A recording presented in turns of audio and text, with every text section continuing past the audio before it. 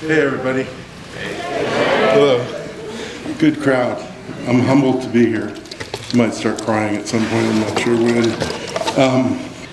So I don't know if, I'd imagine a lot of you know what this is a photograph, what this is a photograph of. This is a photograph of something, but does everybody know what this is?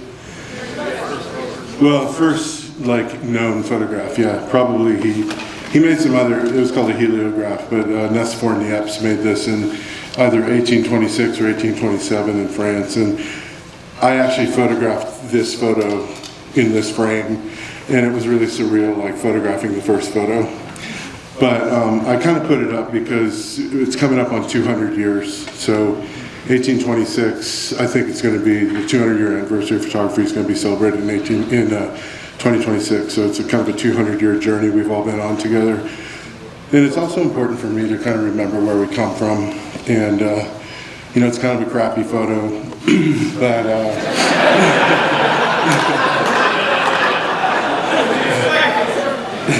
but hey, you gotta start somewhere, right? I remember distinctly, I'm gonna do about an hour, and then we've set aside a half hour for questions. And if anything comes to mind, like my favorite part is discussion. So if anything comes to mind, please save it and we'll have a discussion. But I remember distinctly working at Thousand Oaks News Chronicle in the 80s. And the 84 Olympics, Nikon and Kodak, if I'm getting my dates right, came up with a digital camera. It was a 1 megapixel camera. And they gave the cameras to AP guys so that they could almost immediately upload, because back then, you know, guys would shoot film of an event. There'd be a runner. The runner would take the film to this lab. Everybody paid into the lab. It was a gang laboratory. And then you'd have to look at your stuff and scan it and blah, blah, blah. And AP's big claim to fame during that Olympics was that they could get images out immediately, right? And I remember standing around the newsroom with several of the other photographers at the wire machine, which is something probably a lot of you don't even know what that is, but we used to have a machine, and all day long images would come off of it from all over the world. It was really amazing, actually. You could really see what was going on. So we're watching these Olympic images come off the wire, and they're terrible. They're 1 megapixel, crappy black, they're just horrible, right? And I remember distinctly standing around with these guys on that one day, and we were just like, oh man, this is never gonna catch on. You know, so, it has to start somewhere, I guess is my point. So, you know, I don't think I really knew, when I was in high school, for example, you know, I don't think you really can pursue something that you don't know exists, right? So if you don't really know that it's a possibility for a path or a career path, there's a pretty good chance maybe you won't go down that path. And I felt really fortunate to be around a lot of books when I was growing up, and picture magazines, and really being exposed to imagery and having this idea I don't want to be the one sitting here looking at the magazine, at the picture. I want to be the guy who's there looking at the thing in front of him and reporting back. And one of my editors at Nat Geo, he said something to me offhandedly one time that should totally be a slogan for every journalist. I'm hope I get it right on the first try, but he said, we were having a conversation about whether I should go photograph the Apollo 11 capsule, because we'd run out of money on this Apollo story. And I was like, it's in Seattle right now, you know, I got clearance, we can get to it, we can get 6 hours with it. And he's like, yeah, I mean, you shot so much for this story, we have so much stuff. And then he finally just kind of acquiesced, and he said, oh, what the hell, you know, if we don't take the adventure for our readers, how are our readers going to take the adventure if we don't take it for them first? And I just thought that was such a beautiful sentiment for kind of anything journalism, right? We go out, we gather, we bring it back. So anyway, this Stieglitz photograph is one of my favorite photos ever, Winter Fifth Avenue. And he, you know, he was going out when people were shooting off sticks with large format, and he was using a Fulmer and Schwing 4x5, 5x7, single lens reflex, big giant clunk curtain shutter camera and shooting this stuff. And I remember seeing this in this book in our darkroom at high school which is pretty much the only thing people went into the darkroom to do, was like make out or, or get stoned. And so it was kind of a miracle that anything ever got done. But this book had this photograph in it, and I thought, God, that's the most amazing picture. I can feel this. I can feel this place. You know, I can feel the urgency of this moment. You know, and it was a real inspiration to kind of like nudge me down this path. So I always like to show that image. So there's me in the '80s working a fire in Southern California, the News Chronicle, and then this is some of the early work that I did for the newspaper. And I put it in there because this is a story about a hobo, actually. Marvin Briggs, he was a self-proclaimed or self-professed hobo, and he lived under a bridge, and he would walk to town every day and dumpster dive at the supermarket and walk all the way back like 5 miles, 10 miles a day. And I would see him walking around, and I kind of like pulled over and started talking to him, and ended up doing a photo essay. And I submitted this. This is also like, always really be super mindful of when you're connecting to people, because I feel like those opportunities come up and oftentimes we miss them if there are opportunities, you know, that exist, and we may miss them. So I applied in 1987 to the first Eddie Adams workshop, which was 1987, it's 37 years ago. And these were a part of my portfolio for the workshop. And there was another photographer there who happens to be in attendance today, named Gregory Heisler, and he was an instructor. And I had been seeing his work for quite a long time and trying to emulate it, and just absolutely like gained so much inspiration. And sheepishly, sort of like my work got in front of him, you know, and he looked at it, and he looked at me, and he said, I hope I get this right. He said, what do you do right now? And I said, I work for $35,000 daily. And he said, okay, here's what you need to do. You need to quit your job and move to New York. And I'm like, okay. And I did it immediately. And I'll never forget that moment, because maybe an older version of me wouldn't have done it. You know, I mean, I was naive, I was young, I was early 20s. But just, you know, I shudder to think of all the opportunities that I missed because I wasn't aware that they even presented themselves. You know, I just like missed them. But there are a handful of really important ones that I seized, and I think it's really, really, really important to sort of be mindful of those when they present themselves. So publicly, thank you, Greg. So New York stuff, and then after about 3 years in New York, I moved to LA. Married my lovely wife of 33 years, Catherine.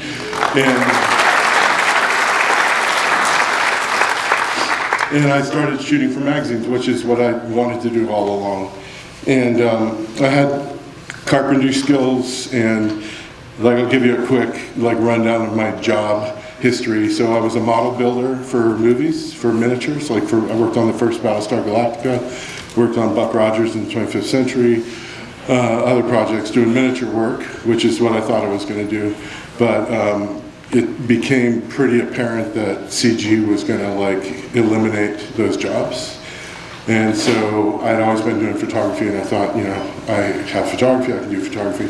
But I also was a carpenter when I was in college, so I had building skills. So anyway, so I got this assignment to shoot Denzel from Kathy Ryan at the New York Times Magazine. And I'd seen this book recently by Bernie Imes called Juke Joint. And it was a series of photographs, no people, I don't think, in the whole book. Really amazing spaces in Mississippi, all these like back rooms and these juke joints. And it kind of like lodged itself into my head. When I got this assignment from Denzel, I thought, well, it has to be shot in Hollywood. I have like whatever, 2 hours or whatever it was. And so I knew that place didn't exist in Hollywood, so I thought I'd just build the place and make my own version of like what maybe a back room in some like card parlor would look like in Mississippi or something. And he dug it. He totally thought it was cool, so which I thought was awesome when we did. So we shot. And this is, I think, one of the examples of the kind of like runs on Sunday, phone rings on Monday assignments. It was a kind of a career. It was kind of a pivot in my career in terms of exposure. I mean, obviously the Times has, you know, millions of readers, which is great. but also just the idea of like kind of presenting this A-list celebrity kind of in more of an artistic approach, I think resonated with a lot of people, so that was a kind of a cool moment. And so we do a lot of, I do a lot of portraiture, we do a lot of set building. This is a set we built for Helen Mirren, also for the New York Times magazine, kind of creating these environments. And I'm just going to kind of go through. I wish I had like great stories of all these, like I could give you dirt on Leo, but like my shoots are so boring. They're so normal. It's just like, hey, stand over here, look right here, cool, got it. Someone asked me one time, they're like, God, I got a World Press Award for a photo I did of Leo, and someone asked me one time, like, God, how did you do that picture of Leo DiCaprio? I'm like, oh, it's super easy. You put up an umbrella and another umbrella, and then you just have Leo DiCaprio stand there. That's how you do it. And there's a lot of truth to that. As photographers, just talking about it earlier, as photographers, we're completely dependent on subject matter, right? We have to have something to point our camera at, and which makes us a very, it can happen in solitude as well. I mean, Frederick Sommer would be a great example of that, but the idea of, engaging, and this is like a big part of our job is to engage and to go out and to find and to bring back and gather, and all those things are really exciting when you're a curious person. I just shot this last month. This Emma Stone built this set, and where was I? Santa Fe, New Mexico.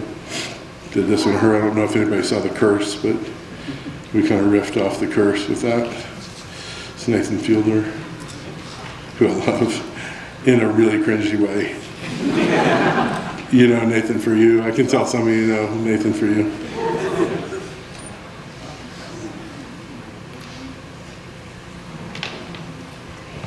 She's like living art. Tilda Swinton is, I love her. She's really amazing.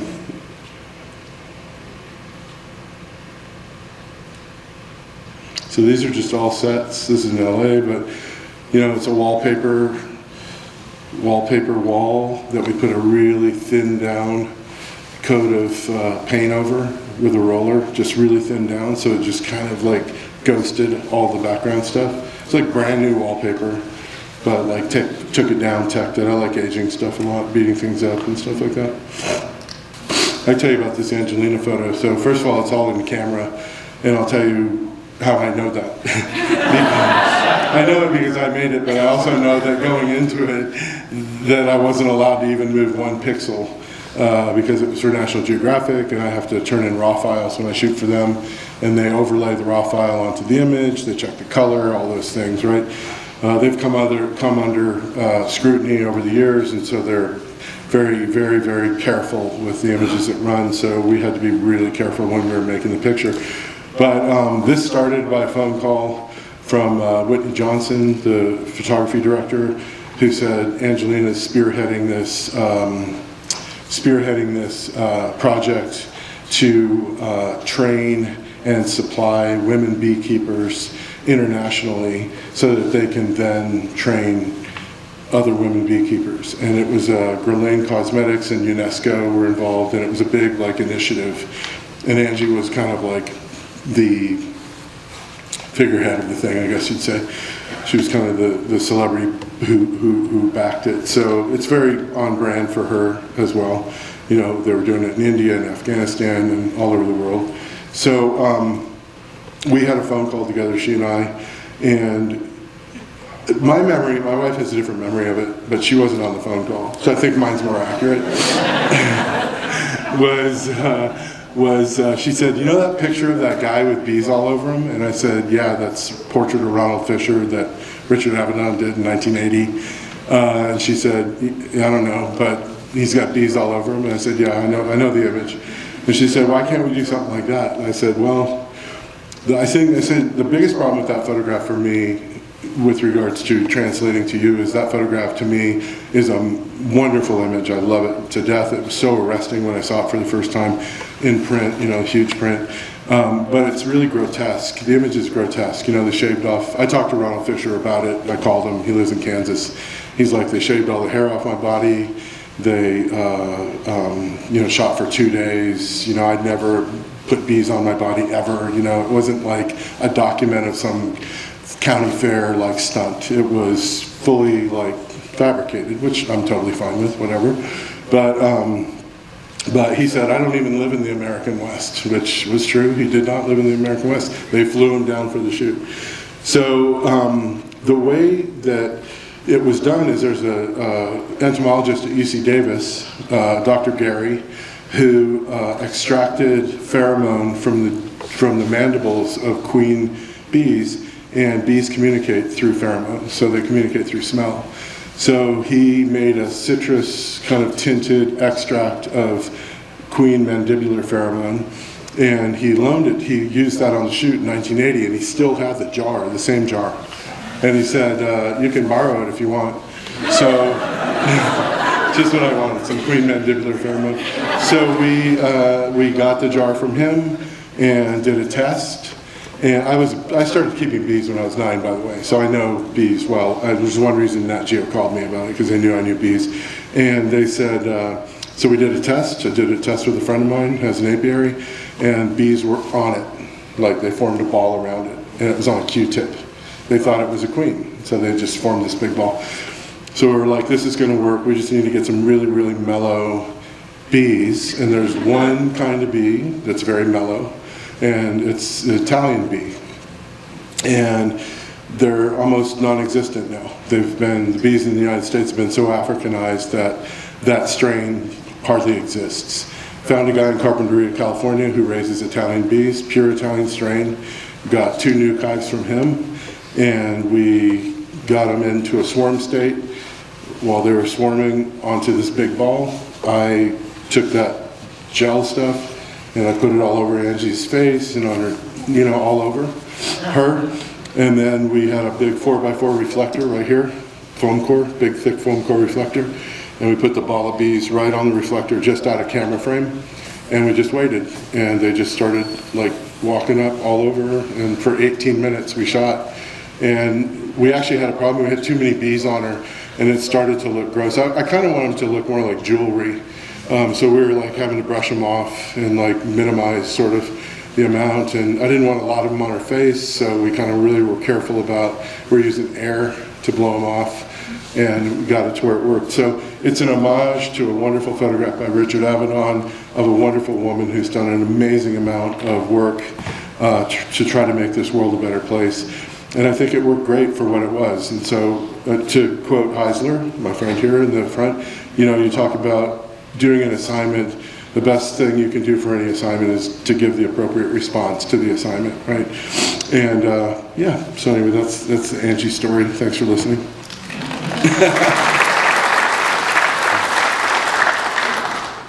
Some stuff of Ryan Gosling for Blade Runner 2049, and I built all this stuff. I built this thing he's looking through. It's supposed to look like a Voight-Kampff machine. If anybody's a Blade Runner fan or a Philip K. Dick fan, they know what that is. I want it to be kind of like my version of a Voight-Kampff machine. And that was that. Sylvia Hooks, beautiful, brilliant actress. I'll just kind of go through this stuff. Tom Hanks. I have 3 different versions of Tom Hanks at different times in his career and my career. This is the first time I photographed him, and this will give you an idea of how important it is to collaborate with other artists, because I'd gone overtime already. This is all shot 4x5. I was trying to get the lighting right. It's not complicated lighting, but it had some flagging, and it was, there was a little bit of nuance to it. I think lighting's more about nuance than it is about anything. And I'm standing just out of frame, like trying to set this flag just to edge out the camera right side of his face. And I looked for a second over, and I saw his publicist like going like this. Really like super stink eye, beating on her watch like it's time, you're over time, you're over time. And under his breath, I was like 2 feet away setting the flag, and under his breath he goes, take your time. And it's like, it was such a great moment, because it was like, okay, I'm going to get this right, So I feel like working with other artists has always been a joy. Most of the people I work with, artists, writers, directors,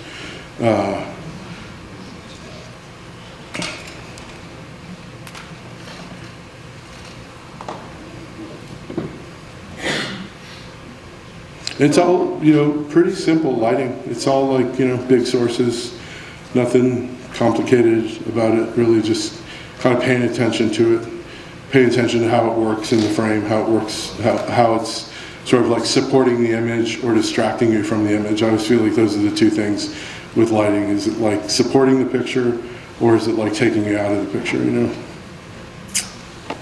This is a funny story, I'll tell this real quick. We're in Fiji and we're shooting this, we're shooting every day, and I noticed one day that in the evening, when the tide was coming in, there was this one rock, and the tide slowly consumed the rock, but there was a point where it was still above water. So I told Sandy, I said, look, I can carry you out and put you on the rock, and then I'll go, I was on land, it's right at the shore, and I said, then I'll go wait, and we'll wait until it like just touches the dress, and then we can shoot, And so I put her over my shoulder and carried her out, being very careful not to get the dress wet.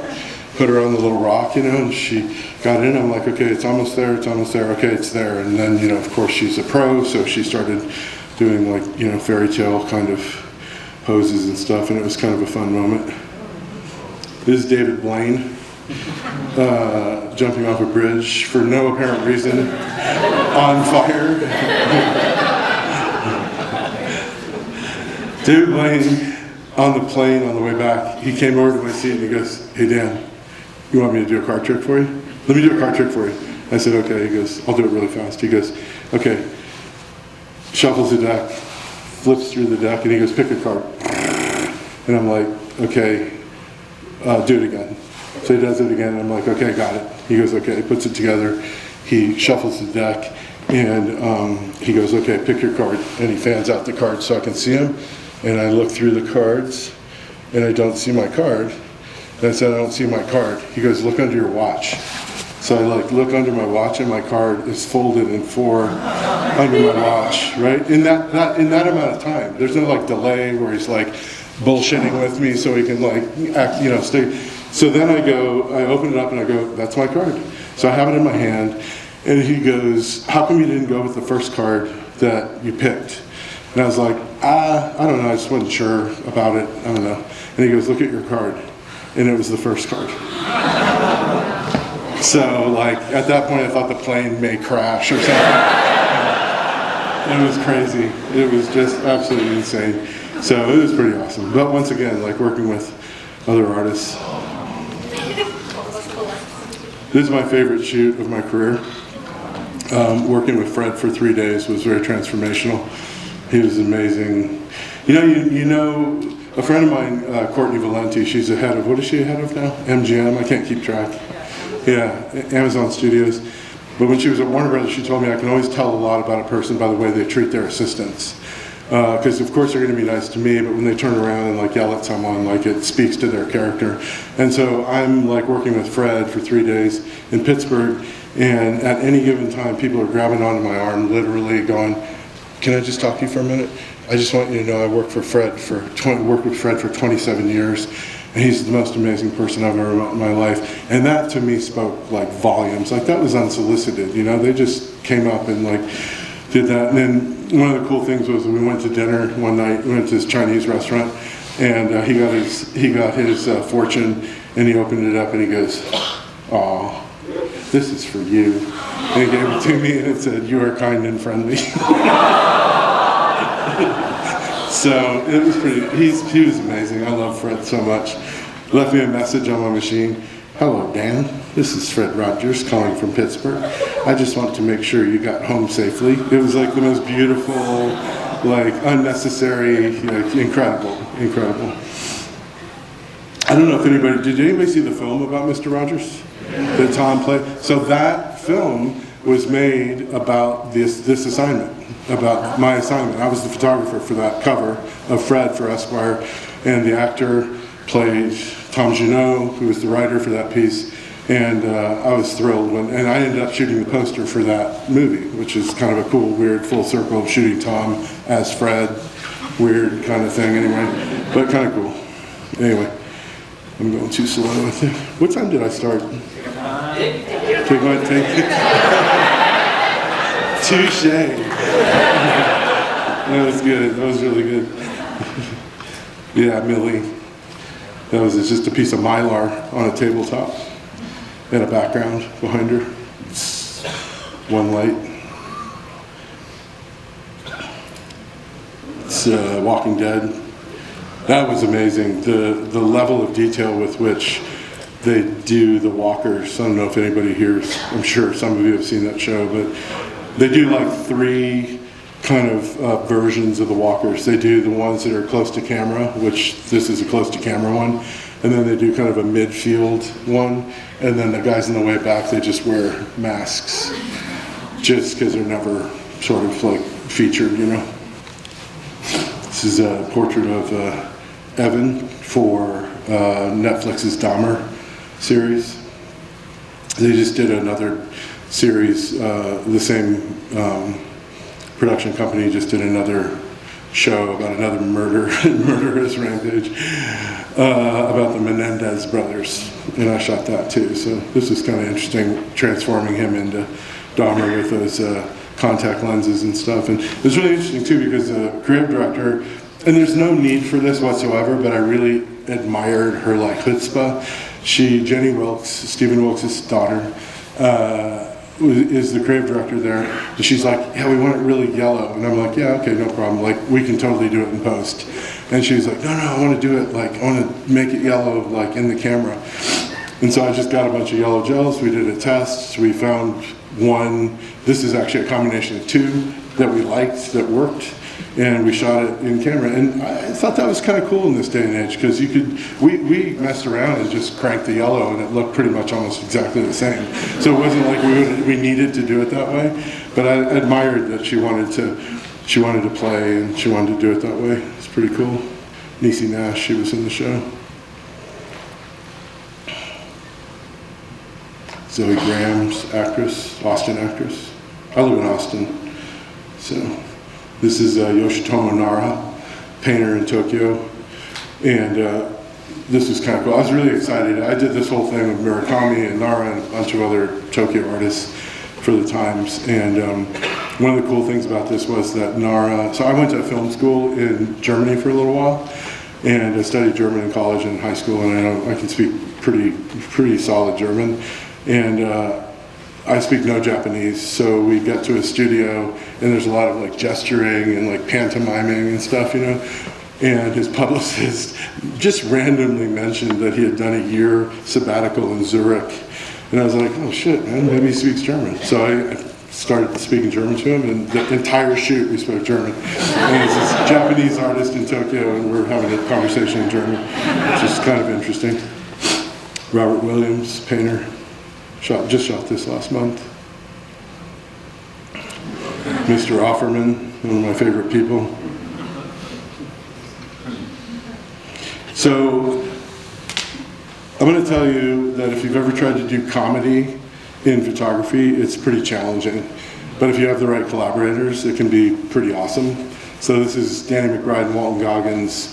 I did the advertising for the Righteous Gemstones, and this was an editorial shoot for GQ for Righteous Gemstones. So I did standard portraits of both of them, but then I came up with this idea that what if they were washed up actors that were employed by different brands, like just washed up actors that were employed by different brands to be like spokesmen, but like in the worst way possible, which is tracks for both of these guys. So then we just did.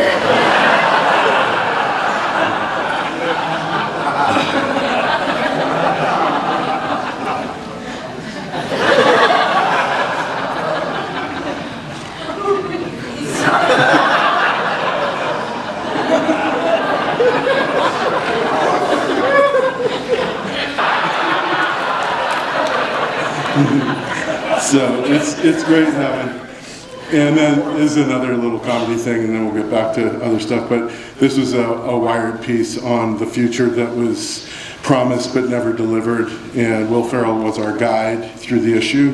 And the issue had a lot of solid science in it and stuff, but also we kind of created this levity. So he came up with this idea. So he said the thing I would want the most in the future is a doggy translator, so I could talk to my dogs. So that's his doggy translator. So this is food in pill form and having a fembot. This is jetpack and ray gun. And these are all in, it's in camera. I did all the airbrushing on that blow up area where it burned out.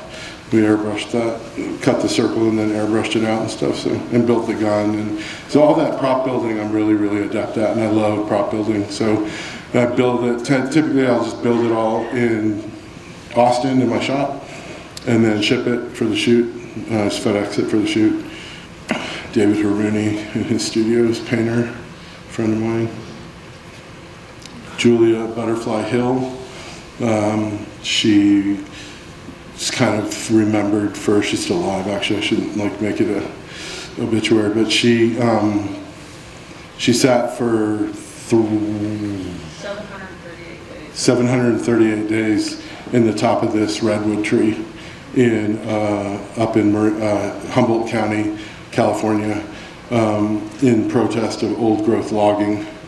And I climbed the tree twice. Using pressing knots both times. I don't know if there's any climbers here, but pressing knots are not the easiest thing to climb with. I didn't have an ascender. And then we lowered down hundreds of feet of climbing rope, and I pulled everything up in buckets. So I pulled up my lights, I pulled up my 4x5, I set the whole thing up in the tree. And then, so Roland Barthes talks about, in Camera Lucida, he talks about the punctum of a photograph, right? So what is that thing in a photograph? Is there a thing in the photograph that just elevates it a little bit?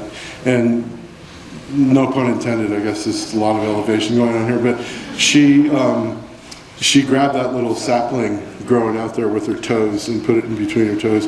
And I didn't even see it when I was shooting it. I saw it when I was going through the contact sheets. And it was a cool little moment for me to see that she was like, how can I make this better? Jim Carrey's like that. Jim Carrey's like, his mind goes so fast, it's like, how can I make this better? How can I make this better? What can we do to make it better? And sometimes, you get off track and you gotta bring it back in, But it's really great collaborating with people that understand visuals and, directors, Werner Herzog, obviously, visuals, Spike Jonze. This is a thing too that you can never plan for this. I'm shooting in a Circuit City parking lot in Hollywood that's gone out of business, and it's late at night. We ordered pizza twice, and he goes, oh, I can do this thing where I can fall over, but then I can catch myself. I did not know you could do that. That's very cool. So he shows me, and he fully could do that. He could just go, I can't. I'm not going to demonstrate it. I saw the most hilarious thing the other day on YouTube. Check it out. This guy was doing a trust fall exercise, and he's on a chair, and the guy is going, okay, you just have to understand that you're safe, everything's okay, just breathe, and when you're ready, just fall, and it'll be fine. So he's on the chair, and everybody's behind him, and the guy's like,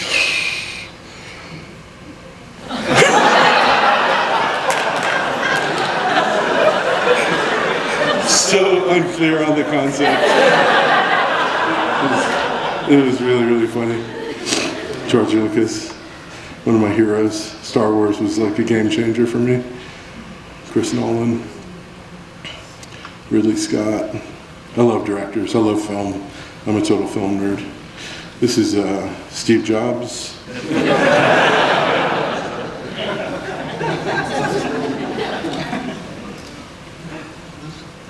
This is Elon Asswipe.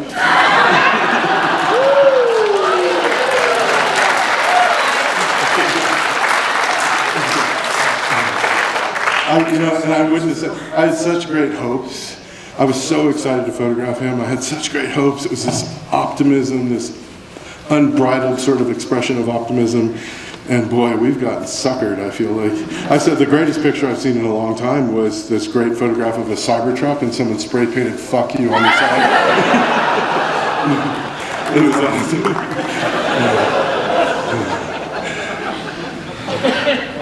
Walter Isaacson, Norman Foster, architect, did the Apple ring, designed the Apple, and among many other things, the Hearst building in New York City, and just prolific architect, interesting dude. Gore Vidal, It's Tamika Jones. She's an R&B singer. So I was talking about the punctum earlier. So that tear is just her eyes watering from, you know, makeup, lights, whatever. And of course, instinctually, makeup artists always will jump in, like, let me get that, you know, let me get that. And I saw it kind of forming, and I was like, no, just wait, let's see what happens. Just hold your head up and see what happens. And we kind of we watched it like slowly go down. But I just kind of love that little, you know, punctum we talked about, like that thing that elevates. T-Bone Burnett. Jack White. Teenage Cave Girl. Robert Cray. Ryan Bingham. This is the musician section. I wish I had better stories for these. Jay-Z. Morrissey. Morrissey seemed like the most normal person. I expected this guy that was like, would look at the floor the whole time and stuff. He says, hey, how's it going? Good. Oh, this is cool. Yeah, this looks great. Like, so surprised. Sometimes I'm really surprised. I was really surprised when Tupac came to my studio in Hollywood, and when I said, do you want to listen to any music, he asked me if I had Counting Crows. And we proceeded to listen to Counting Crows 3 times all the way through, and that's how long the shoot took. So that was awesome. It's a great record. I mean, I tell my sons, friends, or, you know, when they were growing up, I would tell them stories like that, and they'd be like deflated, like, no way, man, Tupac didn't want to listen to Counting Crows. I'm like, yeah, he has good taste. Just throwing that out there. Eminem, Willie. This is in a field next to a Kmart in Bakersfield. So, you know, I learned early on that when you're photographing, it's only like what you include, right? Not what you exclude, it's what you include. And we can, you know, context is a huge thing. And like if I didn't provide you with the context that was in a field next to a Kmart in Bakersfield, your mind would have put that in Amarillo, Texas, or you know what I mean?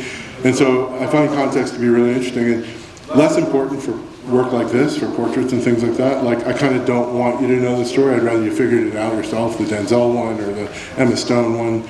You know, the Emma Stone one where I went and bought the couch the day before the shoot for $100 and like messed it all up so that it looked like an old couch. I kind of like the idea that you create your own story, but then you have stuff like photojournalism work where, you know, there's life and death, and there's, you know, Eddie Adams' photograph of, you know, the Saigon street execution or whatever. Like, you want context. You want context of Nick Utt's photo of the little girl running out of the like village that's been bombed by napalm. You know, you react to the image, but the context of that is really important because that's what sways sort of like public opinion. And in the case of those 2 photographs, completely swayed the public opinion for the Vietnam War. Michael Jordan. Of course, you know, only 2 of those rings fit his fingers. The other ones I knew weren't going to fit, and I brought wire cutters to the shoot to cut them so that we could splay them open. And this is so he has one set like in a safe somewhere, and this set was brought by the manufacturer of the rings for us to use for the shoot. And I told the guy that came, he was just a security guard, and I go, hey man, I'm gonna have to cut all these rings because there's no way they're gonna fit on Mike's fingers, and he's gonna be here in like 20 minutes. And this whole idea has already been signed off on. It was a Nike ad. So Mike had weighed in, everybody had weighed in, like, okay, that's what we're doing. So we just started cutting these, like, you know, I don't know how much the rings are worth, a lot, for sure. But anyway, that's just what we had to do to get it done. So there's some stories. This is a story for Wired I did on a woman that had a human hand transplant. So she has another woman's hands, like a cadaver donor hands on her arms, and they function. I mean, she could work at her computer, and the one problem she has is anti-rejection drugs, and she'll always have to be on those, and they wreak havoc with her. And we even talked about it. She said at one point, I just don't know if I can do it anymore. Like, I might need to honestly just have them amputated because it's so difficult. But it's a pretty interesting story, and once again, it's like, we just went to her house in Queens. She lives with her mom, and this is the tablecloth that her hands are against, the close-up shot. I didn't have any plan at all. That's the one thing about shooting like this type of stuff where you're going places and doing pictures and you don't really know what you're going to encounter, is like, it's always good to have an idea of what you're going to do. Like, okay, here's the plan. But oftentimes the plan is, what you encounter is actually way better than the plan. And so you have to always be open to what I call plan B. It's like, this woman was an early diagnosis of AIDS. Her name is Barbara Ames. She had a clotting factor transfusion, and she got HIV, and this is at her farm in Lancaster, Pennsylvania, and I had no idea she had a lake, and it was like 5 o'clock in the morning in the water. I had no idea if she'd go in the water. It's like, hey, what if we shot in the lake early in the morning? Are you comfortable going in the water? She's like, yeah, totally. So not a picture that was planned, but a surprise, a good surprise. Governor. George Bush. This is at his ranch in Crawford, Texas. Some photographs I did of Obama for New York Magazine.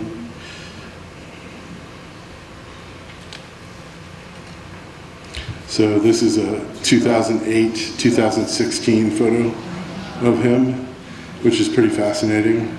2008 was a Time cover, and it was the Texas primary, and so shortly before he was elected president. And then this is a couple months before he left office. We did a big feature on him so I had the first shot and I was like, well, I want to replicate. So just exactly the same thing, same lighting, same everything, and just replicated the shot. It's interesting how you can kind of see the toll that office takes. 8 years is not a really long time. I mean, this is Bernie. This is a missed opportunity, I think, for the Times. It was like the writing was definitely on the wall that he wasn't going to get the nomination, and they wanted me to shoot a feature on him. And I turned in this image thinking, like, this is obviously the picture, right? Like, by the time this ran, I think he'd almost like withdrawn, and they didn't run it. And I was really surprised. I thought, usually they go with my edit or a variation of it. I usually give a really small edit just to control, what gets published, but they didn't run with that one, but I was kind of surprised.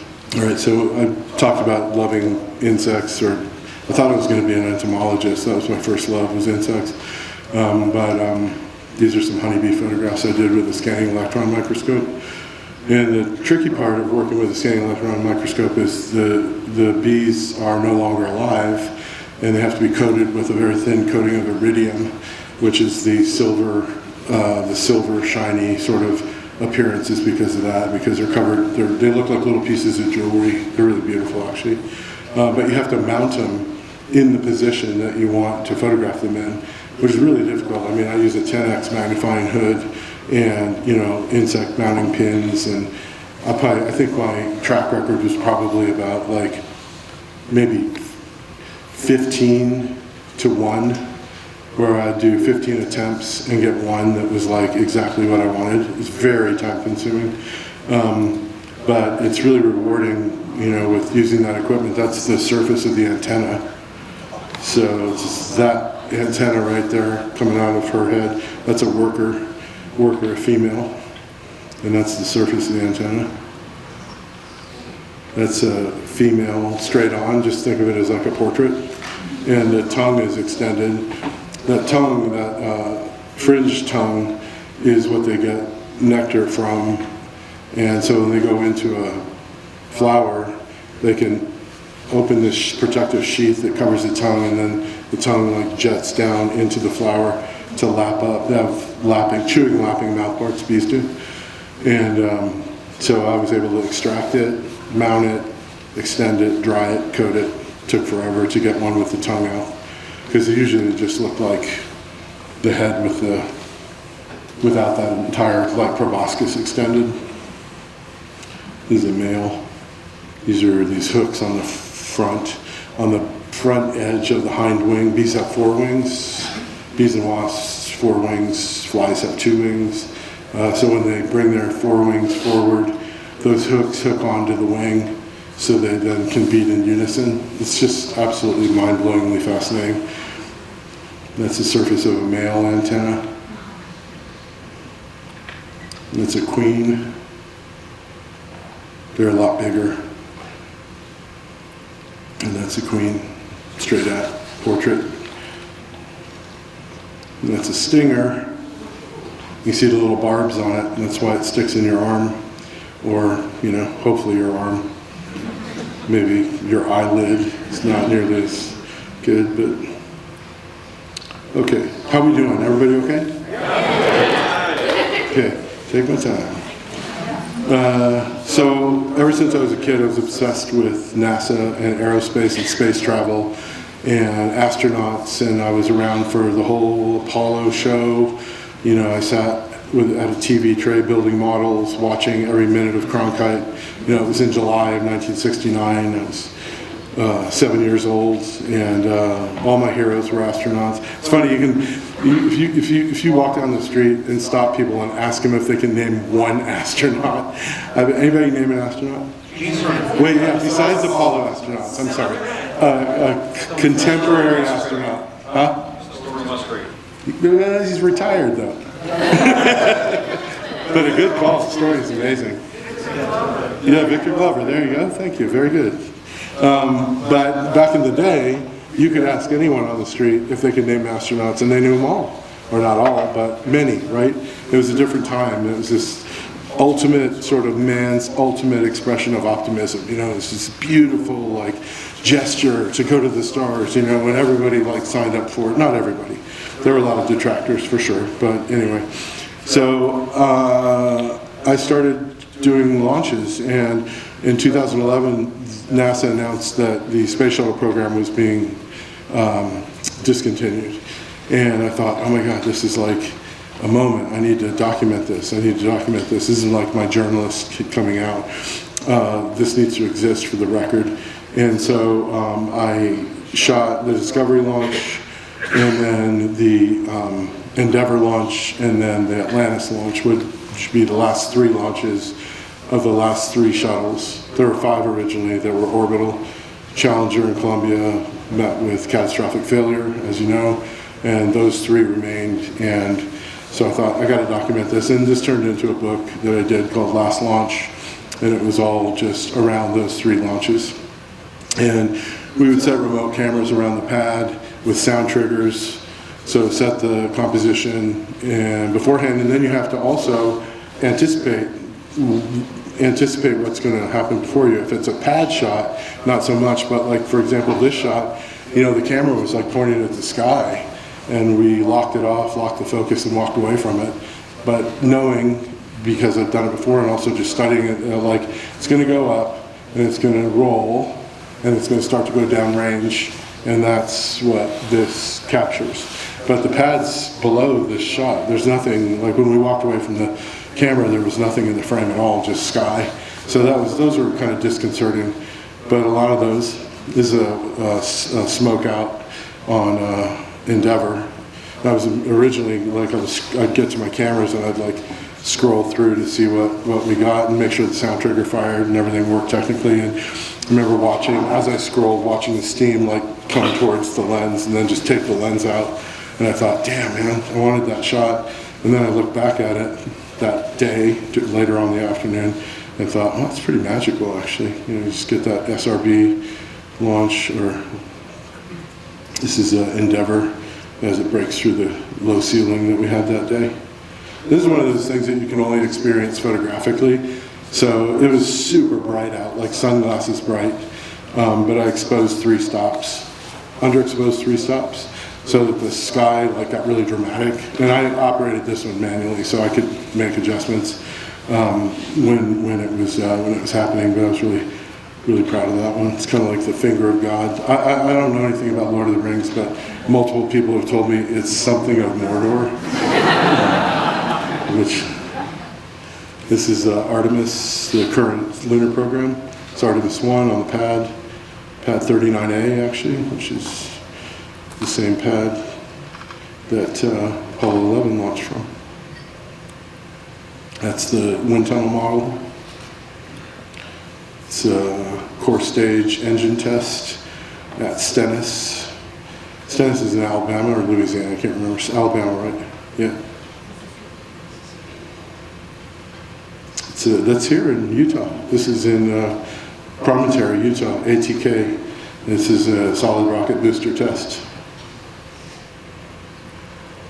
So first Artemis, the passenger was a dummy because it was untested equipment and they didn't want to fly a crew. So they used this dummy that they called Campos, is named after a former NASA technician. Had this is Artemis's launch. Night launches are harder to do just because it's a balance. The only light source is the flame. That's it. So you got to shoot them near the pad where there's all that reflected light, or else all you see is the flame. You don't see the vehicle at all. So I never even try to do like shots tilted up into the sky because all you would see is the flame trail. To Apollo 11 control room, mission control. A couple spacesuits. John Glenn's on the left, flown suit. These are two Artemis potential astronauts that are training. If you think about like training in a suit, if you wore the suit you're going to wear on the moon, it's like a 600-pound suit. But on the moon it's not, it's 1/6 that weight, right? So it's a 100-pound suit. And so they train with these like suits that are meant to sort of be cumbersome, but they're super light. They're like, a lot of parts are 3D printed. And this is about a 100-pound suit that they're training in. So it kind of mimics the lunar conditions. Drew Feustel and Zayna Cardman, those two astronauts. That's Armstrong's flown lunar suit on the right. It's a Russian suit for a dog, which is so cute. Saturn V, business end of a Saturn V. SpaceX booster, but a NASA mission, Crew 2 mission.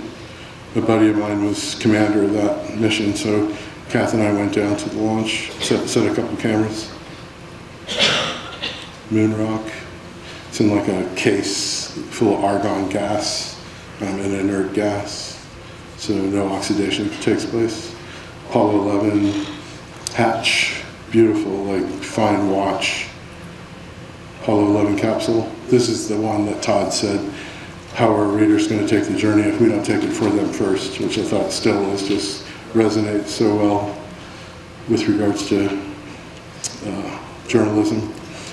Yuri Gagarin's Vostok 1 capsule, the first man in space and the first man to orbit the Earth.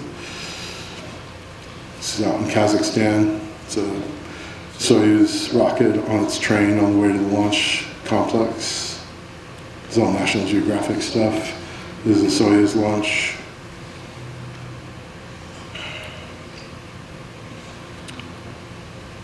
This is a SpaceX landing.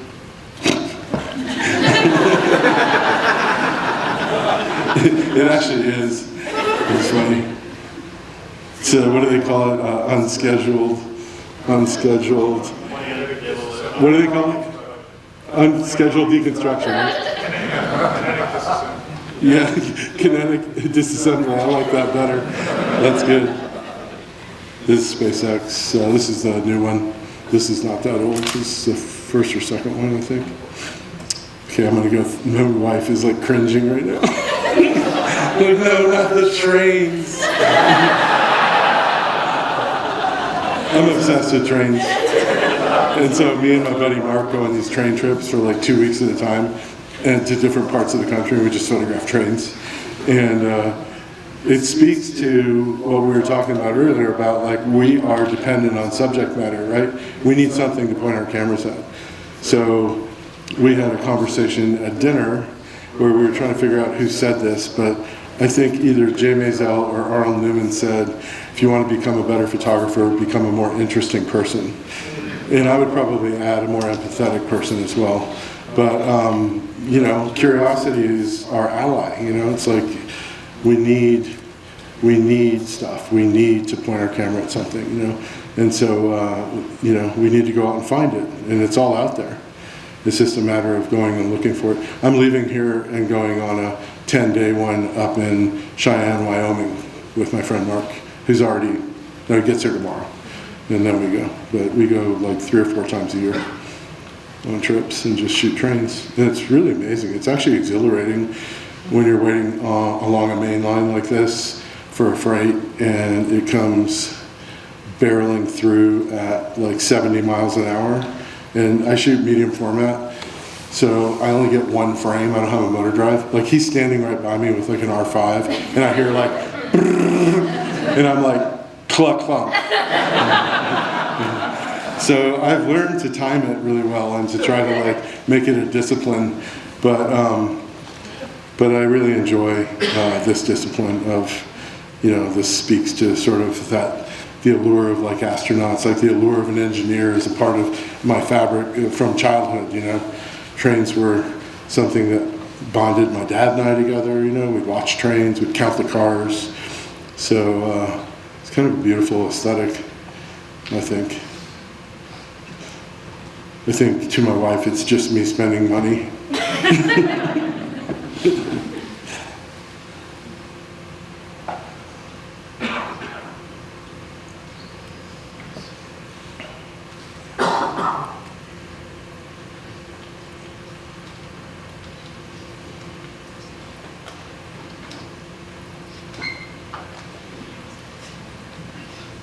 Sure put a lot of trains in here. I'm like totally into this part of the talk.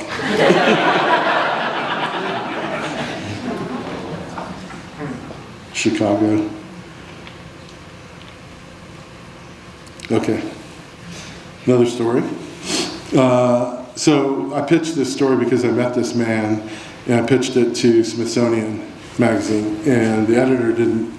I learned I've done a lot of directing, a lot of music videos, and when you do pitches, the pitch is only as good as the person that's listening to it.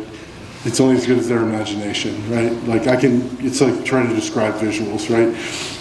So pitched it to Molly, she's like, that sounds incredible.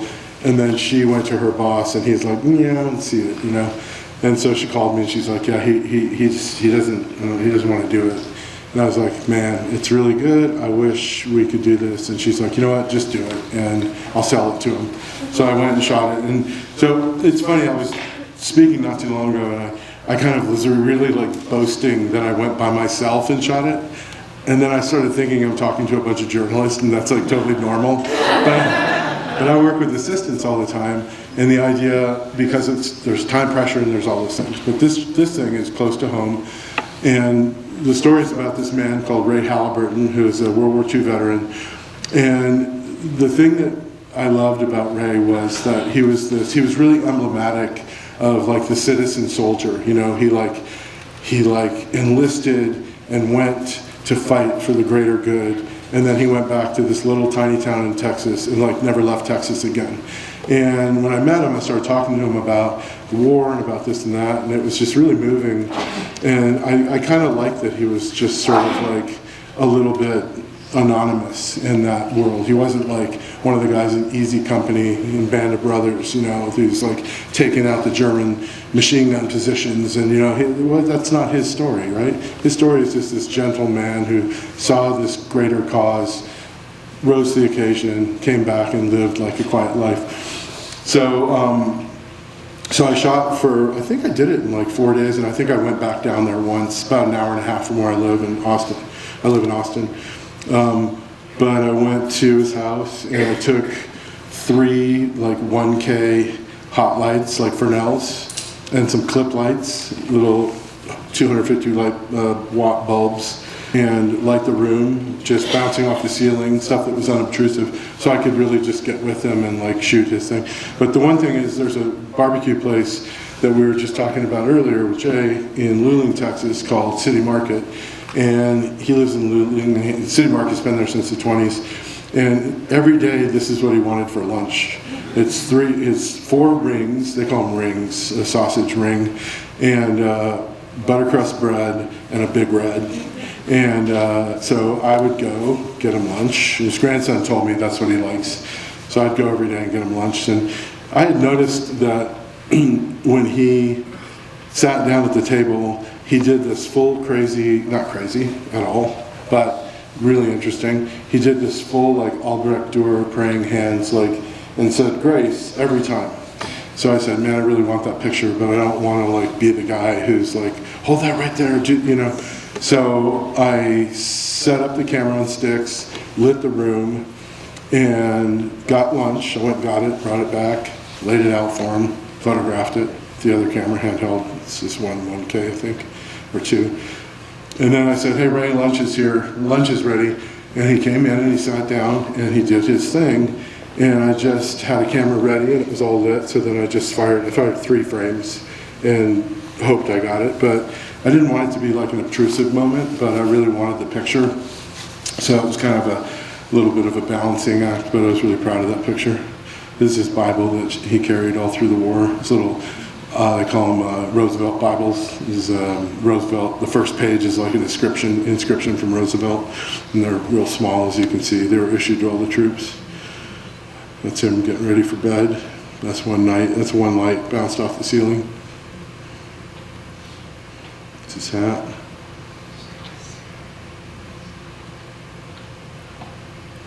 I don't know if I should go into this one. Okay. This is a really weird story. So this guy got arrested in West Virginia. He goes out and he only goes in public dressed like the Joker. I think he's like, I know he's not all there for sure, but he went out and dressed like the Joker in West Virginia. He got stopped by cops and they arrested him. They put him in jail. And it was a law that was on the books in West Virginia, and it was from the Klan era, and it was to prevent individuals from appearing in public with their face covered, aka Klan hoods back then. But now this cop interpreted the law as that's what he's doing, right? I mean, you know, he started arresting women. I mean, it's like, where do you draw the line, right? So anyway, but I heard about this story. I called Rolling Stone. Jody was like, I want it, you know? And so I shot it. And I think I shot 2 days, these pictures, for 2 days. And then, yeah, it's very odd. It's not really my set. But it was an odd, it kind of like, to me, it felt a little bit like this sort of like 21st century like love story or something, you know, I guess. Anyway, then Jody got fired and it never got published, which we have to, I know, it's sad, it's a harsh reality of doing what we do. Who here saw the documentary on Nat Geo? A lot of people see it, yeah. This is the stuff I shot when I was doing the documentary in Bangladesh. This is a part of it. I shot a lot more, but I just pulled some of these to show. That was a really profound experience. These are amazing, gentle people. Like that little girl with the red dress on down there.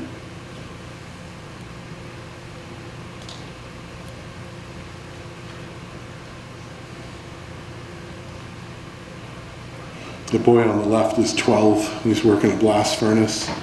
So child labor laws are pretty much non-existent. This other kid's like 14 or 15, the guy welding.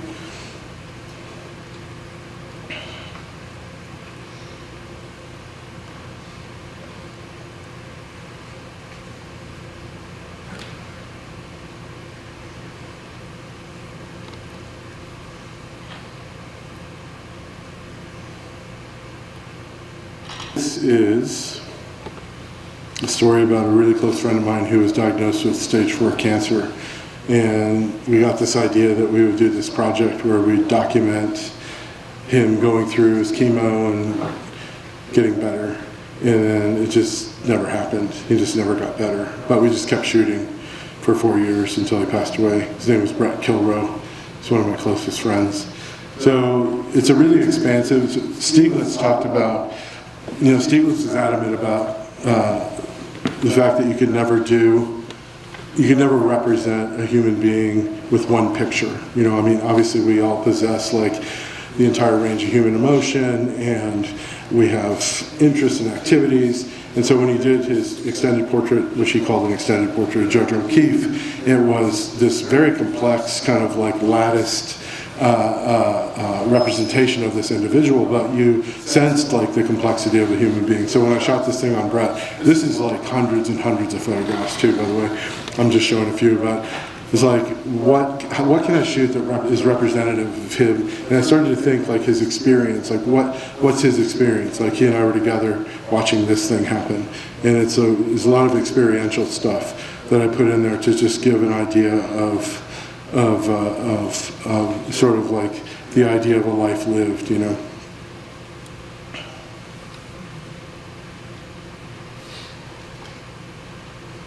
That's his radiation mask that they gave him when they do radiation, so it holds him in place. It's like form fitted to his head. So the hair started falling out, so I shaved his head. This is at my house. I have a house in Georgia. We ended up moving into the hospital, my wife and I, she more than myself, when he finally got admitted to Sloan Kettering, kind of like last stop sort of thing.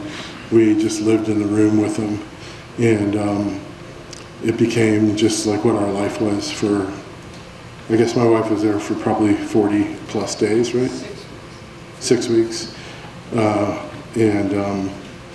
The weird thing was, or something interesting, it was kind of odd to me, but we were on the, I don't know, way up floor, 19th floor, and this is the window, and this is the view, and every day it was like, that was the view for day after day after day, and we wouldn't even go outside. I mean, sometimes we'd go, like one person would do a run for food or whatever, but so this window became this really odd kind of like little respite from this is the last time he went outside. Window, I kind of became fixated on the window. That's like the supermodel, Lily Aldrich was there, she's a friend of ours, and I thought the Da Vinci like $700 t-shirt with holes in it was like, seemed pretty moot compared to the urgency of the situation we were dealing with. It's the window again.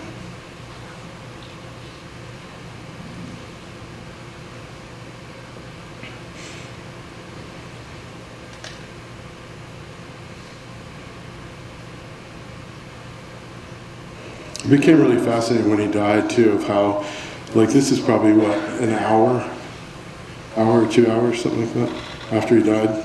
It's like really watching how everything was like leaving, you know, like his eyes left, and it's just really like fascinating. And I was actually, to be honest with you, at that point, after 4 years and after being with him every day and fully discussing like his imminent demise and him being fine with it. I mean, I know he wants to stay alive. He told me the last time we walked around the wing together, he said, I'm not afraid to die, but I'm going to miss all my friends. He was a very loved individual. I was actually, I remember after he died, I mean, it was like a rush of emotion, but I remember saying good job to him because he had held on for so long, and it was obviously just such a horrible kind of like way to be existing, and he hung on, and then finally it was just like over, and I remember saying that, like, good job, dude, you did it, like, you know, you got out of that thing. So anyway, and then my friend Nicole, she visited before he passed, but she kissed the window with lipstick on, and it stayed there the whole time, so I photographed it a few times while we were hanging out. Okay, so this is the last little section here. So, you know, as an assignment photographer, my mentor, who just passed away actually, my mentor, John Gray, he said to me one time, he said, the only difference between an amateur and a professional photographer is the professional has to bring back an image. And so we have all of these tools at our disposal to ensure that we're in control of things. And it's very unsettling for a photographer who deals with artificial light a lot, 99% electronic flash for me, to just deal with available light, which is how I started. And it's really always been a part of my repertoire, and it's always been work that I do. And I love making photographs. I call it walking around making pictures, where there's no sort of agenda, you just stumble onto things. But I kind of love the idea of like stripping away every single thing, every trick, every tool, and it's like you and a camera and Tri-X with like a 50. You know, that's it. Hasselblad's it. I use 100 on my Hasselblad, but it's 100, which is like a 60. And just shooting in that way, and it's incredibly liberating, but also there's a great deal of beauty in the non-production part of it, which I like. Kind of swing both ways on that. You know, I like producing things that are complicated, where there's crews and there's, you know, opinions and this and that and the other thing, but this is just me and my camera, and it's kind of the most pure form, I think, of photography, and it's what I started doing. I mean, when I started, I had no equipment at all. My first job, professional job as a photographer, was taking a picture of a family friend, and I think I did a really shitty job, and she paid me $25, so I guess that's my first paying job, but it was a very long time ago. But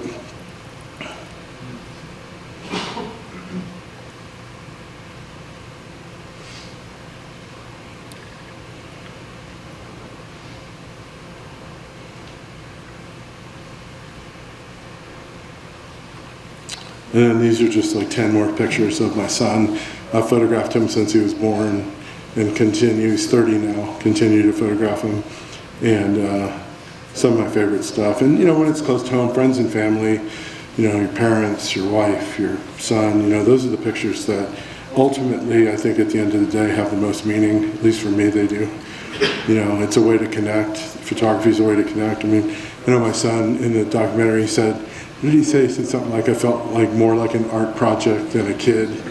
And, you know, I started paying him. In fact, this is the first time I paid him. I paid him $20. But I looked at it as like, well, he's working, and it's like his allowance, you know, so I was okay with it. But he said, can I get paid? I just loved it. It's funny. This is me hitting him in the chin with a bowling ball accidentally. Yeah, he came up to ask me something, and I went, nailed him. This is his first girlfriend, Megan. It's a shark. We have a house on Tybee Island outside Savannah, and as he was growing up, we spent a lot of summers there and a lot of family time and holidays and stuff. So I have a lot of stuff from Tybee that I've shot of him.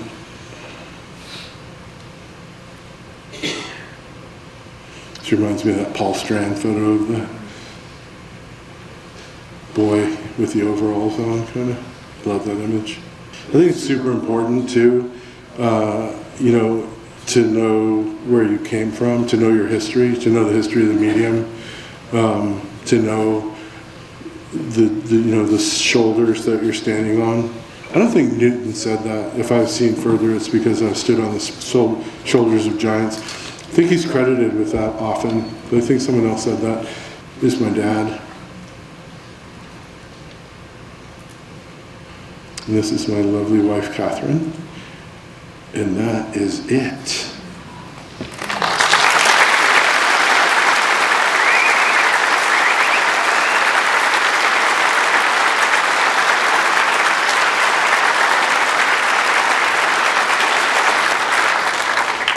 Thank you so much. That means a lot to me. I'm really, really honored and humbled to be here.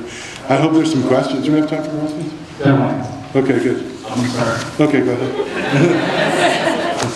The transition from being a photojournalist, where you're hands off, you fly on the wall, to the transition up to the point of you're the director, you're behind every part of the photographs, from the sets to what the model is. Wardrobe, all of it. Yeah. Exactly. What was some of the things you have to teach yourself or learn? Talk about what that transition was like for you.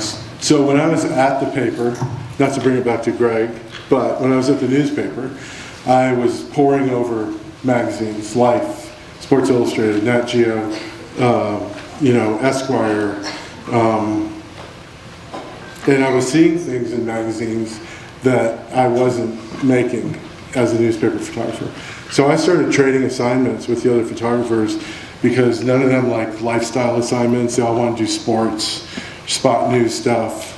I love doing wild art. Like no one else really liked doing wild art. I mean, not to say no one liked to, but I started then going to assignments, if it was like a portrait assignment, and taking the 4x5 camera, taking strobe equipment, or taking continuous lighting equipment, and trying to elevate like the form, because I wasn't documenting an event going on, I was creating an event. I was creating a portrait of like a ceramicist or a painter or whatever. And so I really started to get into that. But the real sort of moment for me with regards to, I talked earlier about if you don't know it exists, it's sort of hard to aspire to it. If you don't know this kind of world exists, right? And I'd never been exposed to like the world of big production photography. Is Chris Callis, who was a wonderful photographer in the 1980s. Greg hooked me up with Chris. Chris hired me. I worked full-time for him for a year. And he was doing at that time really big stuff, really big jobs, models, wardrobe, set building, like all these things. So I became very comfortable in that world. By the time I left him, like doing a big Amex campaign or whatever was like totally easy peasy. Like obviously I wasn't responsible for the images, so he could have like crashed and burned and it wouldn't have affected me at all, but I didn't want him to. You know, I was there to be of support to him.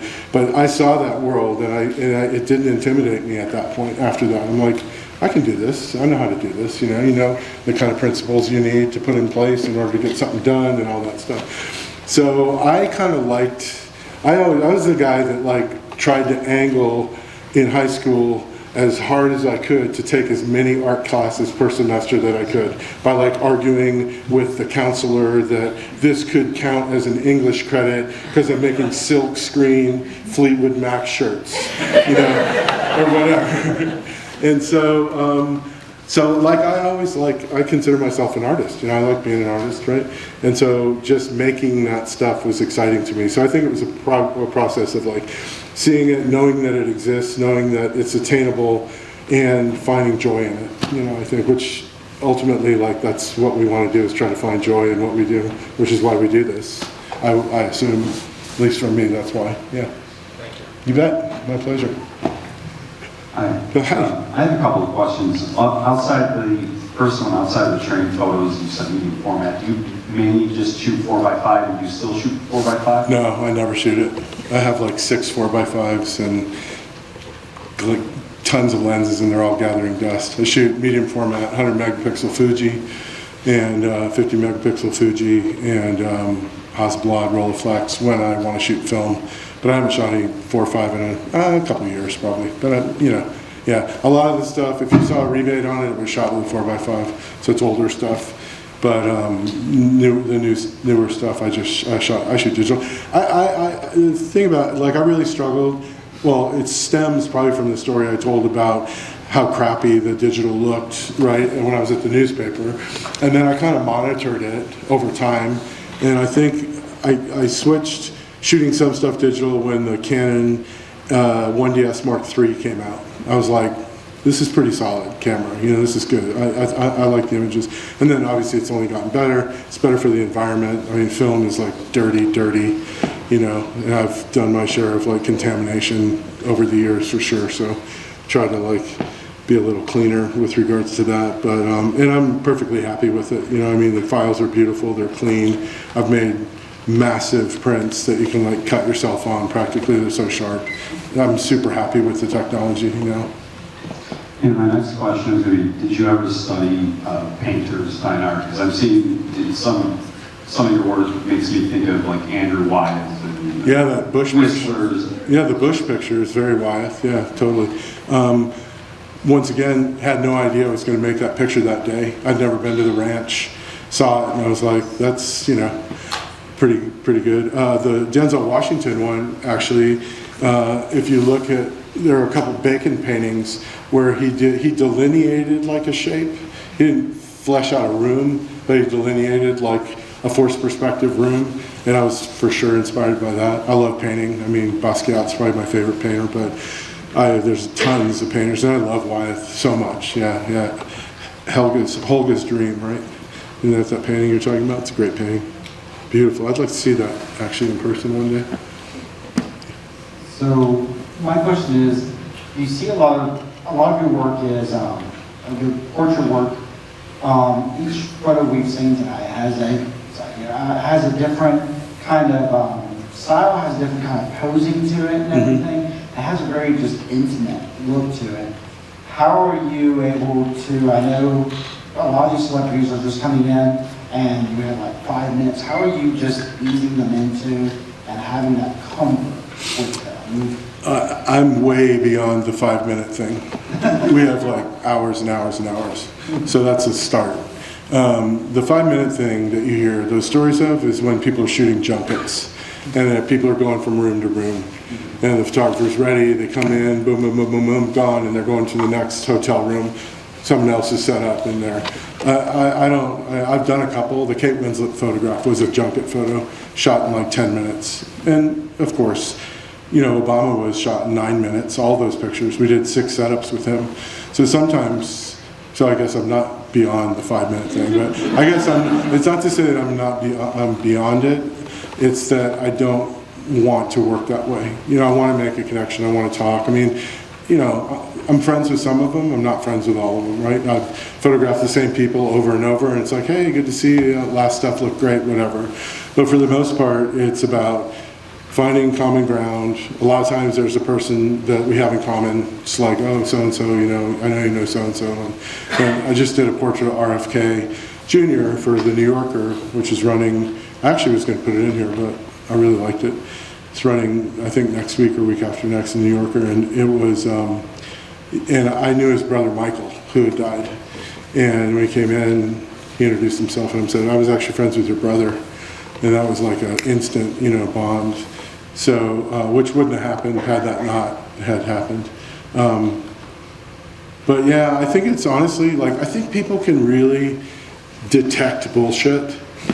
And I think that, like, if you're just straight or, you know, honest or just kind of humble and just have a conversation that's human. I always explain exactly what I want to do going into it.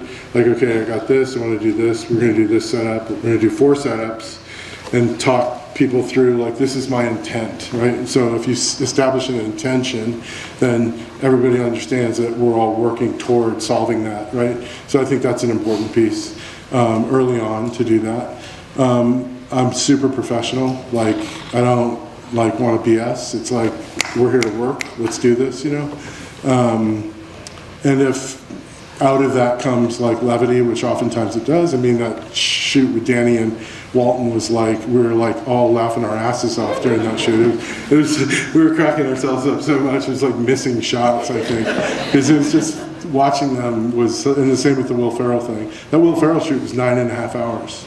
Yeah, we did 4 short films as well in that same period of time. So a lot of times the shoots are pretty protracted, but I would say typically if it's like a shot of someone who, like for the RFK Jr. one, for example, they asked how much time I needed, and I knew from the magazine I needed 1 shot, and I was like, I don't know, 20 minutes, like I can do it in 20 minutes.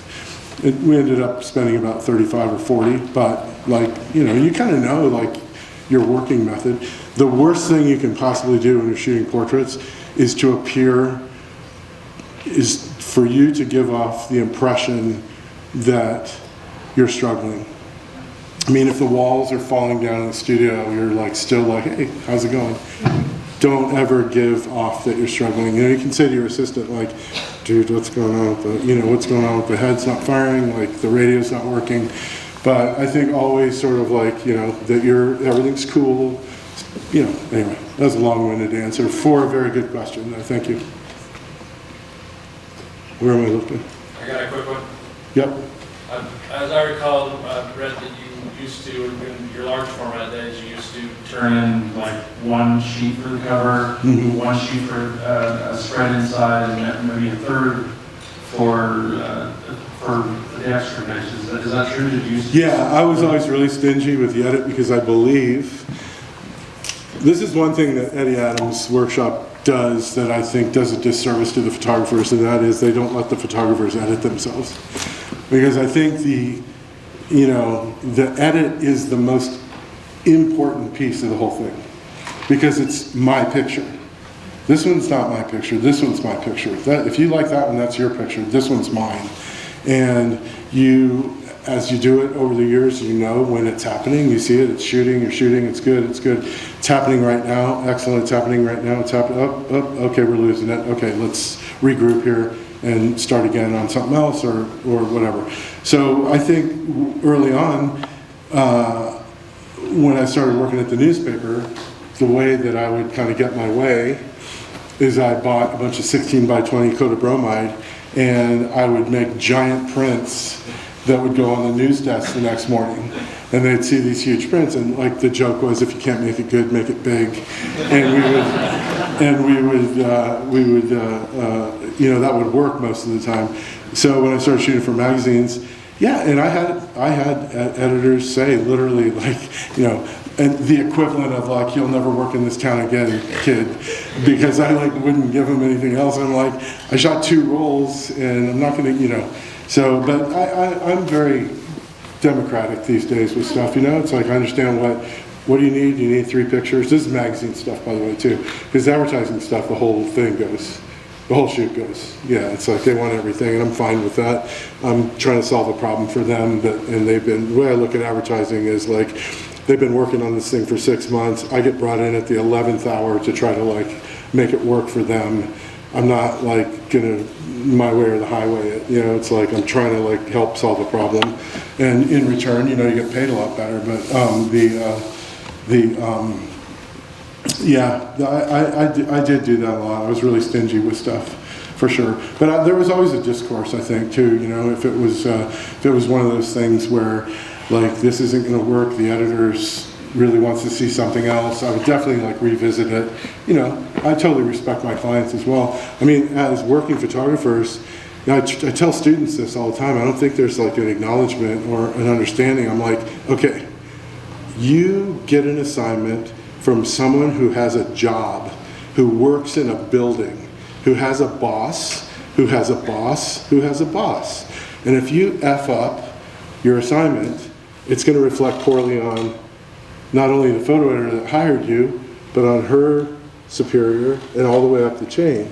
And so, you know, it's like a non-starter. You cannot mess up. You have got to deliver, you know, every single time.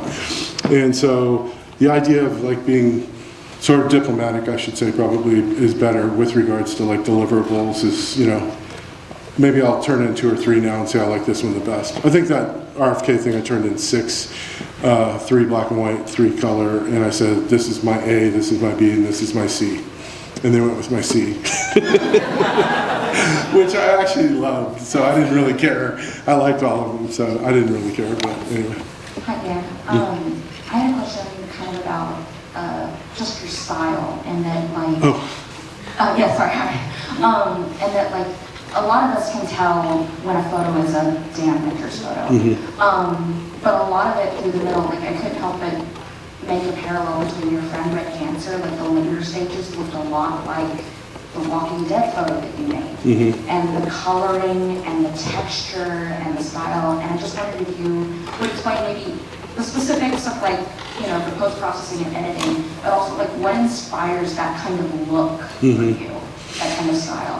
Harry Callahan, one of my favorite photographers of all time, said something that's really resonated with me for many years.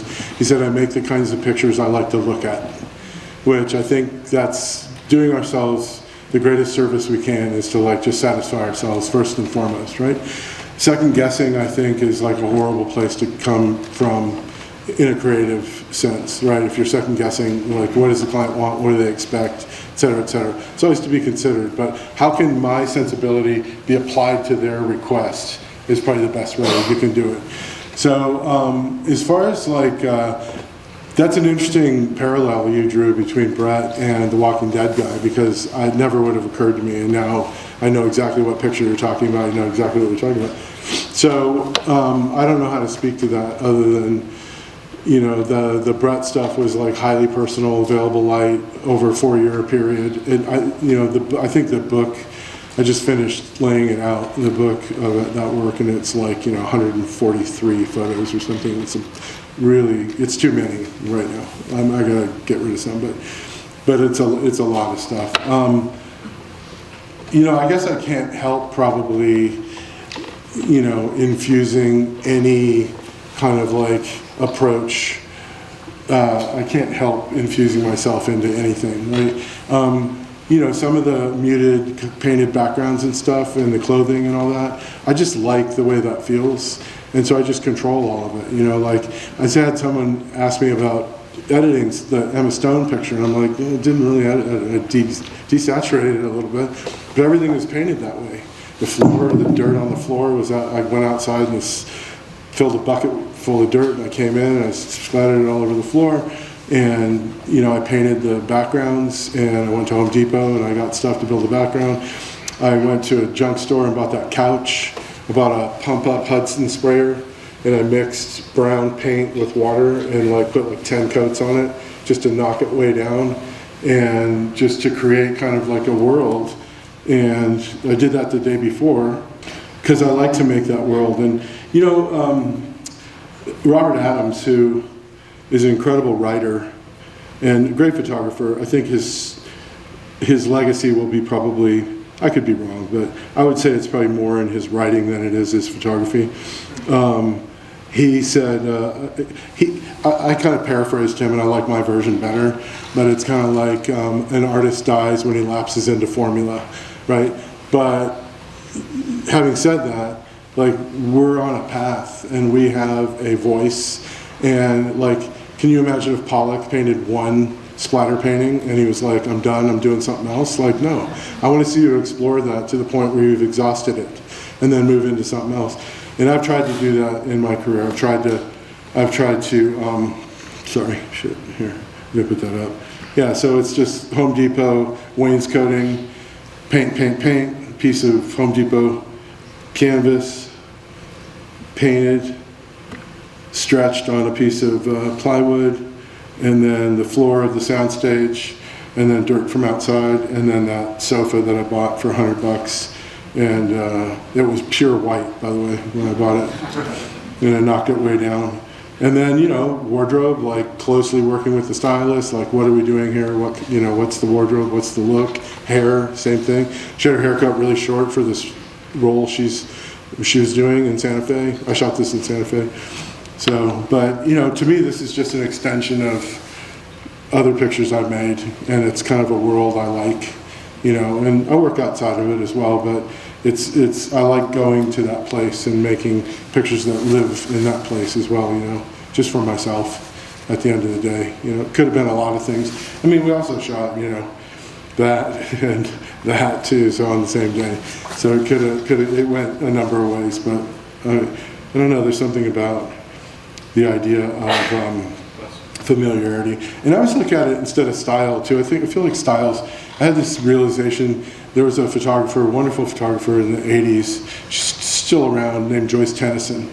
And she did these large format Polaroids of these really alabaster, wafy women with really beautifully coiffed hair. And you knew immediately it was like a Joyce Tennyson picture. But you also knew immediately that without that model and without that hair and without that background and without an 8x10 Polaroid, you didn't have that picture. And so to me that was more style because it didn't transcend genres, to me shooting Brett and shooting a train is kind of the same thing. It's just you're shooting, you're applying it's I feel like magazines give you an assignment and really what they're hiring you for is your opinion. It's kind of like RFK Jr., go.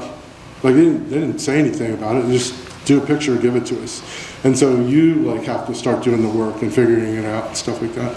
So I think sensibility is probably better because I think like I said, it transcends, the B photographs have nothing to do with this photograph of Emma and Nathan, but same author, there's similarities there in some way. I like to think that there are. Next. When you kind of just touched on this, but when you get an assignment, how often do they say, and here's the creative brief, or versus you do you, and do you just have a zillion ideas and you just pluck them out? Or are you like, okay, it's Emma Stone, I want to do these things because it's her, or this is the story? Yeah, I think she's a real artist, which is one reason I like working with artists. Is like, I had no doubt in my mind that when she showed up on stage, she wouldn't be down with the Mylar, she wouldn't be down with the couch. She like took to it like that, right? So I was like, okay, you know, I wouldn't expect that of maybe someone who's, I always look at it as like, I remember one time Matthew McConaughey told me, he goes, yeah, I could be an actor, but I'm thinking movie star.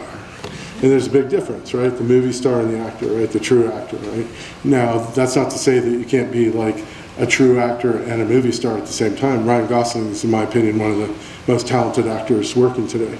And he's doing, you know, a whole litany of things, and they're all wonderful, right?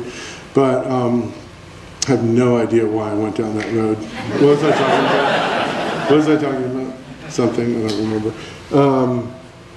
Ideas. So yeah, I knew when I went to Santa Fe, I'm like, yeah, I want to build a set. So I went and started looking around at stuff, and I started going to junk stores, and I started looking at couches, and I thought a set with a couch.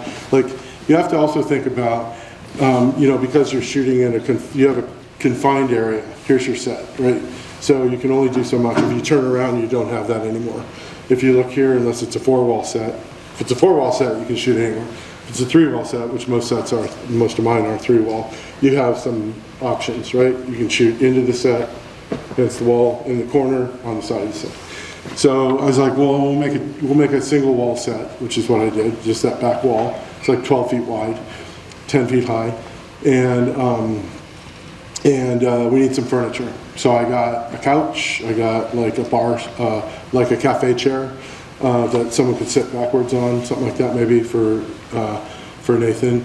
And kind of had I had a couple little posing tables, like if I wanted to do sort of, but had it all kind of on standby. And then I put the couch into the set, looked at it, set up a frame, set up the lighting, had the photo director from from Hollywood Reporter, Ava. I was like, lay in that, see how it feels, did some shots of her, looked at it, and like, yeah, this works. So we left that lit for when Emma came in. Emily now is her name, by the way, it's her real name. She was going by Emma forever because there was someone registered with SAG, Emma, and now she's going by Emily, which I think is totally cool because she likes that better anyway. And then started there, and just like shot and let it change and let it like worked it all the way through to where it didn't feel like it was going to work anymore, and then you call it. And I think one of the big pieces that we have to concern ourselves with as photographers is when to call it, is when to know that we got the shot. Like, observe what's happening. Nothing magical happens between the time you shoot it and the time you look at the film. Well, that's not true. Sometimes it does. That girl had her toes around that little sapling. I didn't see that. Laura Dern, I never saw that moment when I was shooting her. It was in between frames, you know. But having an idea is a good place to start, for sure. I think that's kind of what your question was. I know I went on a tangent. Did that answer it, or should we? That was great. Oh, was good. Cool, all right. Dan, thank you for being here. I'm in complete awe of your work, and more of a technical question issue. I appreciate you sharing your details on your style and that post-process. I'm so impressed with how you insinuate catch lights in the eyes. It blows my mind how well you do it. And I also have a question about how you work with reflections. This is a good example with shooting through what's essentially a windshield, or the Dahmer photo in the eyeglasses, and it being as clean as it possibly is with the way you shoot things. Yeah, that's a good question. So the Dahmer one, to start with that, we took the lenses out of the glasses, so that, because that would have been a nightmare. Catch lights are pretty easy. You just have to make sure your key is in the eye, right? And maybe in both eyes. And then something lower, like on axis, like an umbrella behind you. I use ring lights sometimes. I'm more into like using octabanks behind me. something like that to get a little light, because I do agree that with portraits, you know, an eye that looks alive is like really alluring for sure, like a really beautiful. I really like catch lights. I was doing a Patagonia job in New York, and I had this, I was so proud of like how sculpted the catch lights were, and the art director was like, "You're gonna retouch that out, right?" I was like, "Are you kidding me?" I was like, "No, man, that's how," and I gave him a whole thing. I said, "Look, here's what it looks like without a catch light. Do you see the difference? Do you see how alive it looks? It's living, you know?" So, but that's a good question. Yeah, but the Dahmer one was, you know, that was not going to be an option. I mean, I just shot yesterday. I was shooting up at Apple Park in Cupertino, and I was shooting portraits, and the director of the design studio there, Alan Dye, has glasses, and he always wears them.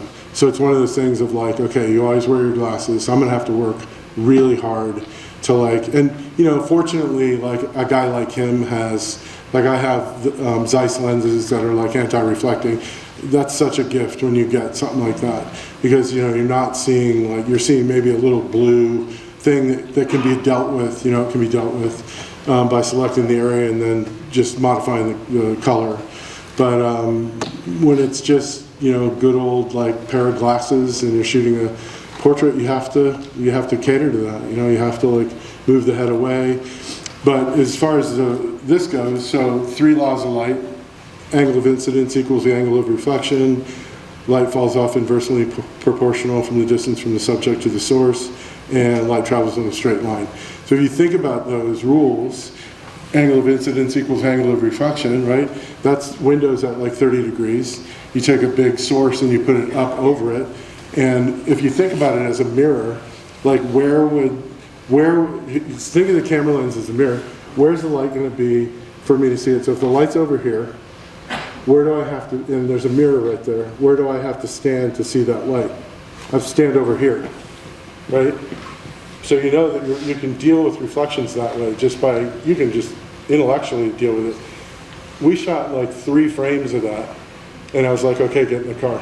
Like it was lit immediately, so simply, only because I knew that 30-degree window, I can put it back here and we're not going to see it, you know. So, and then with catch lights, you can see them, you know, when you're working, just be mindful of them, you know. I mean, I use strobe, but modeling lights, strobe has modeling lights, and you can see where they are, and you can, you know, work with them that way.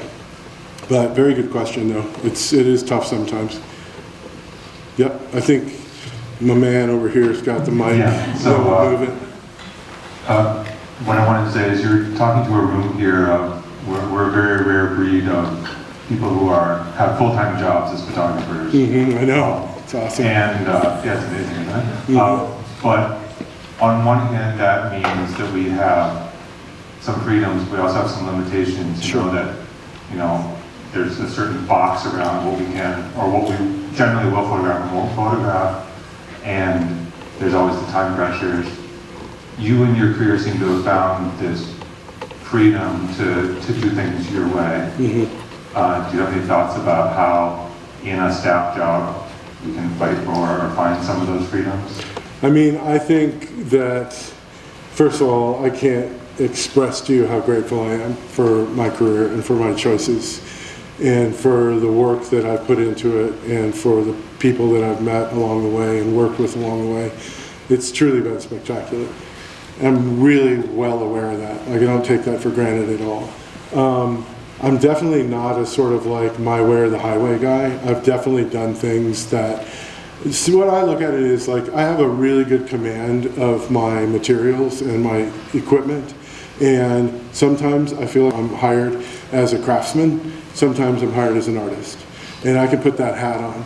I can put on a hat and say, you know, I was at Apple, like I said, I was shooting portraits, but for 3 days prior to that, I was shooting like landscapes, and none of which I'll ever use for anything, but I was being as careful as I possibly could to like do the best work I could. But it's not work that I'm gonna like ever show. I'm never using it. It's for a very specific thing. And so I'm okay with that. I mean, I tell students, like, I mean, back in the day, you know, the most dismissive thing I ever hear from college students when I'm speaking at universities is like, yeah, I think when I graduate, I'm just gonna like get a job at a paper or something. That is so past, it's not even funny. But I say like, get a job at a lab or anything. Stay close to the business, you know, as you're like trying to forge your way. It's like, you guys are all so lucky that you're working as, I mean, full-time photographers, full-time photographers. That's so rare to even be able to have that position these days, you know. I mean, I had one of the head engineers from Gulfstream. You know, Gulfstream, they make executive jets, like, you know, like Michael Jordan jet kind of thing. He texted me and he goes, hey, we need a new camera for the lab. We need to be able to do good macro work with it. What should I get? And I literally thought about it, and I was like, get an iPhone 15 and shoot on RAW. It's unbelievable. I mean, I've shot stuff on RAW. I've made giant prints. They're friggin' amazing. And it has incredible macro performance. So, like, just get that. You know, don't get it, like, you know. And we're at that point. There was a great quote by Bertolt Brecht. So my German came out there.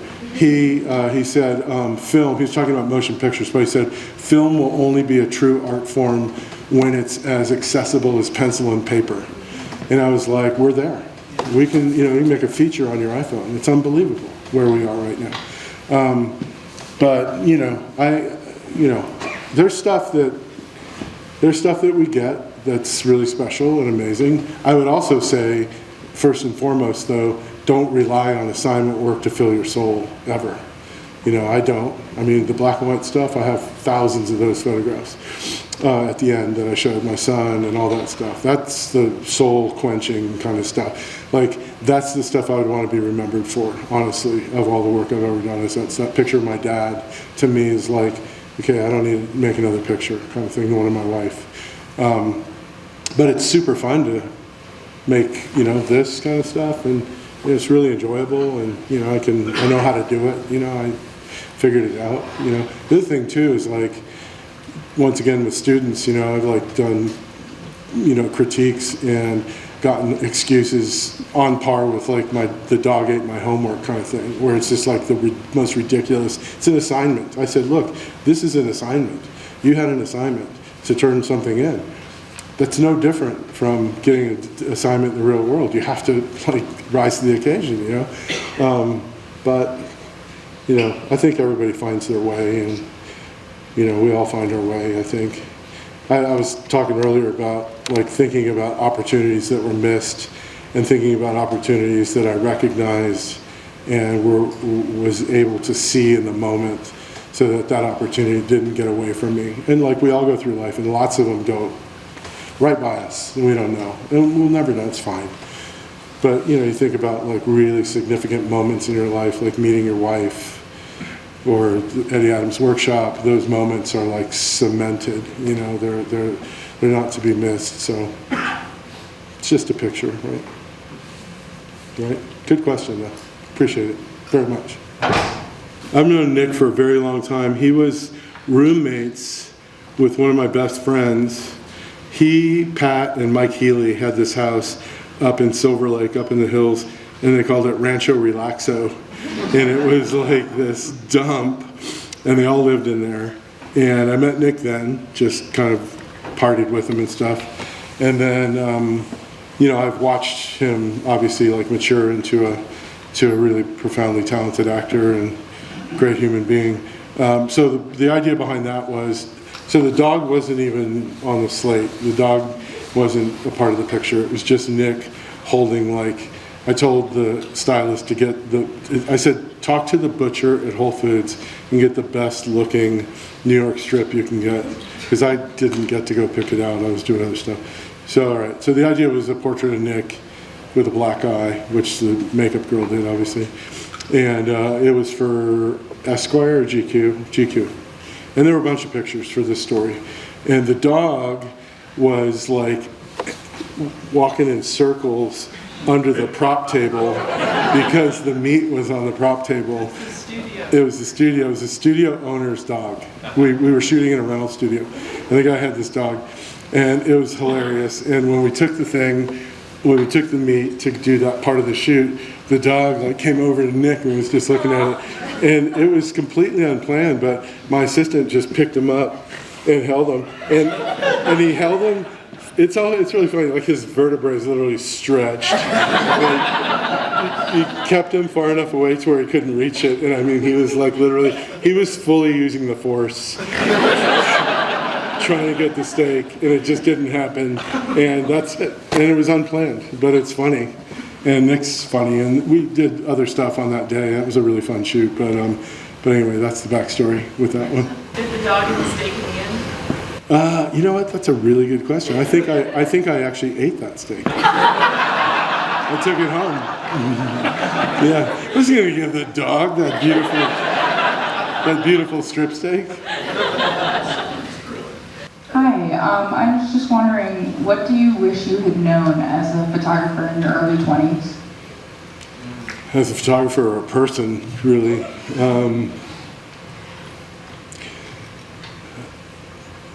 You know, the reality of my naivete back then staggers me, to be honest with you. Like, I don't know that if I had a full awareness of how audacious a lot of the decisions I made in my life were, I would have probably made them. So I kind of always felt like I was really adventurous and I was fearless. And this is the one thing I knew. I knew that if everything fell apart and if nothing worked and if this entire enterprise was just a wash, I could crash on my parents' couch. And I knew that, right? So I knew I had a parachute. And I knew people that didn't have that were my age at that time. And I thought that would just be mortifying to just be, you know, New York is not a place, I mean, that place is an adult portion, right? It is not a place to be broke. And there were times when, you know, I'd get up without any money and go downstairs and there was a check in the mail. I remember distinctly that happening one time. And just kind of believed in myself. But the other thing I did is I was very honest with myself about my work ethic, you know. My room in New York was my dark room. I slept in my dark room. I had a roll-up futon, and I would roll it up and put it away. I made a little shelf for it, and I'd sleep on the floor and open my eyes, and my darkroom chemistry was in the cupboard. I'd see, like, you know, all my stuff, my fixer, and I'd see my, you know, potassium ferrocyanide and all my goodies, and I just, like, all I did was photography. Like, all I did was photography. All I thought about was photography.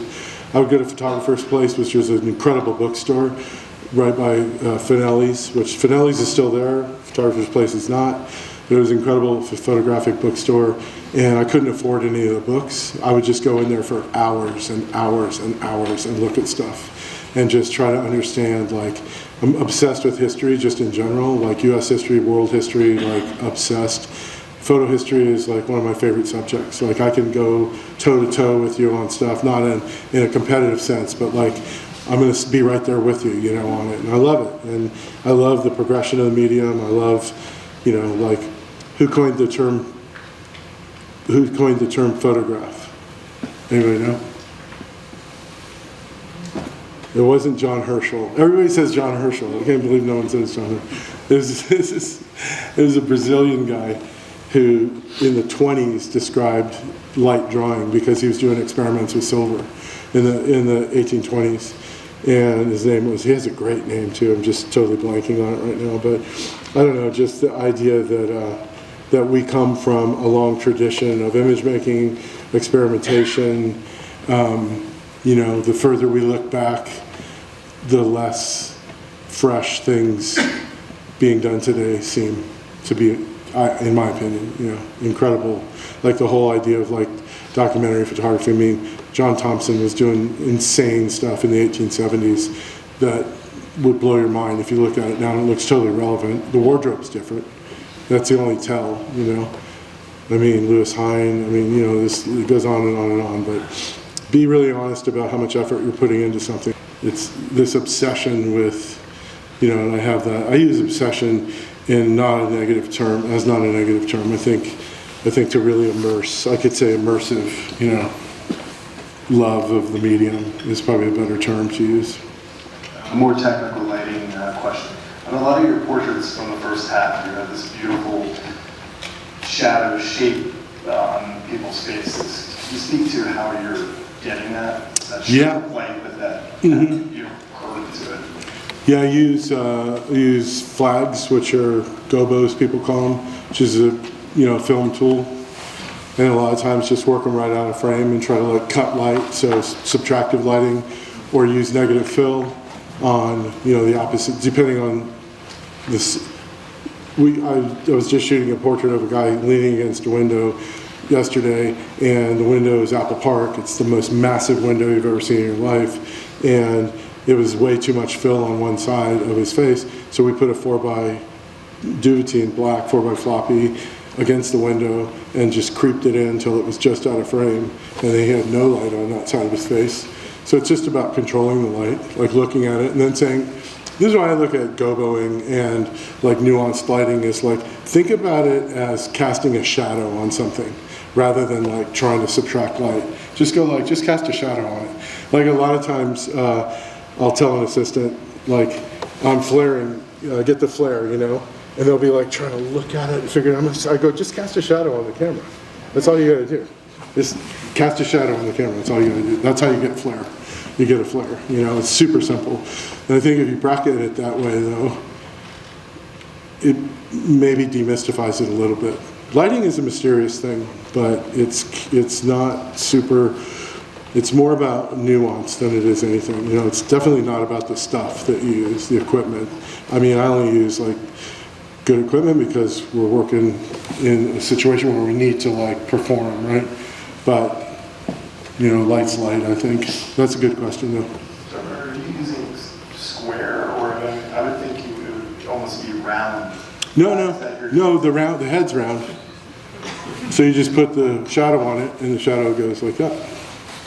Yeah, but you could also use, which I've done before, use a cutout to get something like this on someone. But then you have also the idea of it's a lot of things, right? It's the distance the gobo is from the subject. It's the distance the subject is from. I saw someone one time doing a group shot with a little bank, or even it was actually a good sized bank. But it was like 30 feet away from the people, and I'm like, it's a point source. It's like, what are you doing? You're not getting, it's the relationship. Do you know that photograph Greg Heisler did of Louis Soria with his hands on his face, right? That was and it's the biggest source in the world. You can take a regular light bulb and put it this close to someone's face, and it looks like a bank, So all those things they factor into it. I'm obsessed with Kubrick. I have been for years. I watched. Anybody have a Vision Pro? Nobody's got a Vision Pro? Okay, I gotta tell you how awesome Vision Pros are. I watched 2001 the other day in my Vision Pro. It's like life-changing, amazing. They're really cool. They're really cool. They're gonna be cheaper too. They are. They're gonna be cheaper. They're pretty pricey right now, but they're gonna be cheaper. Yep. Considering the arc of your career, considering that Brecht quote about the availability of photography, considering the dude walking by and snapping a picture with his iPhone, what do you see as threats and weaknesses to our craft and to our artistry? And what would you be doing about it 30 years ago now? So that's a great question. So we live in the most photographed time in history, billions of photos every year, right?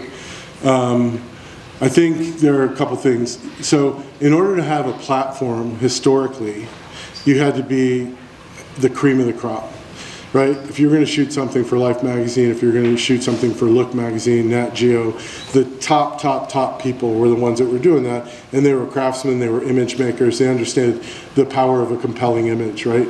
So I feel like the awareness of compelling images now among sort of the youth is non-existent, or at least waned quite a bit, right? It's like the snapshot aesthetic, we've seen it take over. It's been around for a while. And I'm a total sucker for it. I like it. I mean, I see guys shooting flash on camera, on the street and stuff. It's cool looking, right?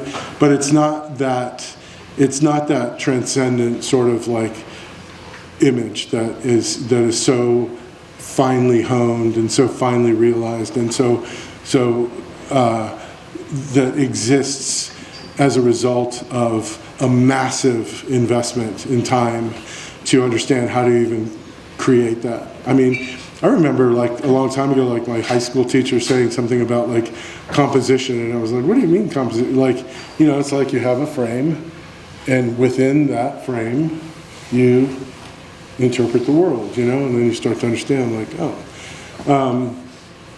I think that, you know, I think it's only downhill from here, to be honest with you. I hate to say that. I'm serious. I mean, I think that the YouTube, TikTok, and I'm going to go ahead and throw out the caveat that I love YouTube, right? It's amazing. I sit and watch. I love it. There's funny as shit stuff on there. But I think that a lot of the distribution systems that are in place to proliferate imagery are not proliferating the kind of imagery that I think is there's any sophistication attached to, right? It's super pedestrian, super vernacular. Once again, totally cool. I mean, people made fun of Walker Evans all the time. They couldn't believe, you know, that Bill Eggleston. I mean, his first show at MoMA was like literally like reviewed as like the worst photography show in history kind of thing, you know? And I don't think people caught up with him for a little while. I remember I had an epiphany when I was probably like 19 or 20 when I got turned on to Lee Friedlander, and I totally didn't get it. And I was like, are you kidding me, this guy? What?